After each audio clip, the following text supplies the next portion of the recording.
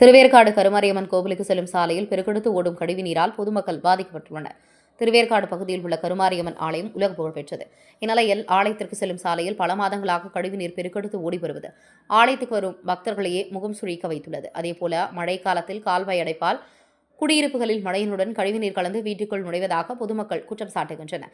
இதுகுறித்து பலமுறை நகராட்சி அதிகாரிகளுக்கு புகார் அளித்தும் இதுவரை நடவடிக்கை எடுக்கவில்லை என்று ஆத்திரமடைந்த மக்கள் திருவேற்காடு சாலையில் திடீர் சாலை மறியலில் ஈடுபட்டனர். பின்னர் காவல்துறையினர் சம்பவ இடத்திற்கு வந்து சமாதான பேச்சுவார்த்தையில் ஈடுபட்டனர். இதனால் பரபரப்பு ஏற்பட்டது. இதுகுறித்து கூறிய அந்த பகுதி மக்கள் பல மாதங்களாக இதே நிலை நீடிப்பதாகும், இதனால் நோய் தொற்று ஏற்படும் அபாயம் இருப்பதாகும் அதிகாரிகள் கண்டுகொள்வது இல்லை என்றும் குறிப்பிட்டனர். மேலும் உணவகம் இப்பகுதியில் செயல்பட்டு வருவது அதிர்ச்சி ஏற்படுத்தியுள்ளது.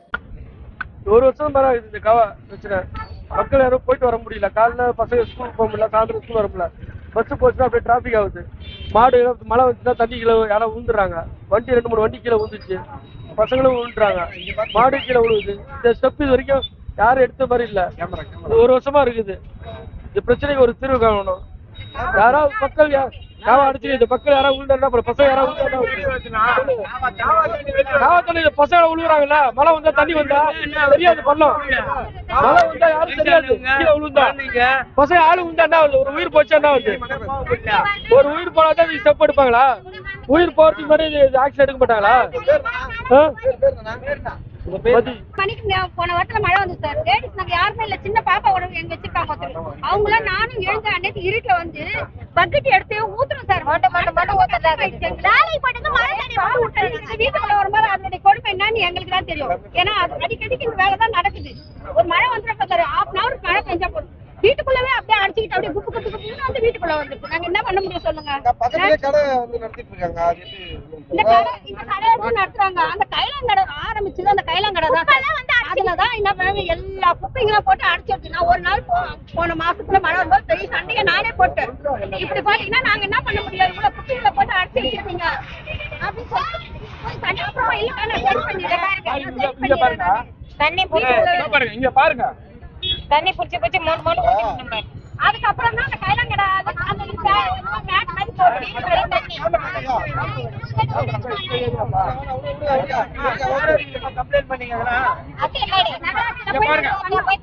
நகராட்சியில போய் பண்ணோம். அவங்க சொன்னாங்க உங்களோட அது தெரிஞ்சு எங்களுக்கு நிலைமை தெரிஞ்சு. ஏன்னா பாப்பாவோட நாங்க கூட்டிட்டு போய் நாங்க கம்ப்ளைண்ட் பண்ணோம். குட்டி பாப்பா போன வாரம் தான் சார் ஜுரம் சார், நல்லா ஜுரம், பயங்கர கொசு. நாங்க என்ன பண்ண முடியும்? ஒரு காவல் தண்ணி வீட்டுல வந்து அதனோட பாதிப்பு என்னன்னு உங்களுக்கு தெரியும். அதான் சார் நாங்க அந்த பக்கம் திருப்பி கூட பார்க்க மாட்டோம் சார். அது எப்படி சார் சாப்பிட கூட ஒரு இது வேணாம் சார்? இல்ல சமைக்கிறாங்களா அவங்களுக்கே தெரியும் வேணாம் சார்? இதை வச்சு இவ்வளவு செய்யறோம், இதனால சாப்பிட்டதுனால இதனால எவ்வளவு பாதிப்பு அவங்களுக்கு தெரியும். மெயின் இதுதான் சார். அதோட சென்னை பிளஸ் அவ்வளவு பெரிய கடை இருக்காங்க. நாங்க பேசுற இது கூட அவங்க எதுவும் பேச மாட்டாங்க. ஏன்னா அவங்க தேவை அவங்க வியாபாரம். நான் இப்ப பேசுறேன், எனக்கு 2 நாள் முன்னாடி ஜுரம் தான்.